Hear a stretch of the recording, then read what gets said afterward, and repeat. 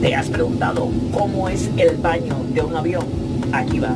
Primeramente, esto es para poner los bebés, para cambiar el pañal. Miren para acá. ¿Vale? Perfecto. Aquí tienen el baño. Lo importante. Ya tenemos el espejito. Aquí tenemos lo que es el lavamano. El jabón. Para echar los pañales de bebé. Etcétera.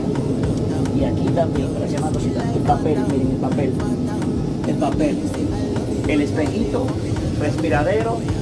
Lo necesitas subir para arriba para por si se va la luz. Y nada, chicos, así es un baño de tigre. Si quieres saber más, hágalo en los comentarios. Estaré aquí para responder cualquier tipo de duda.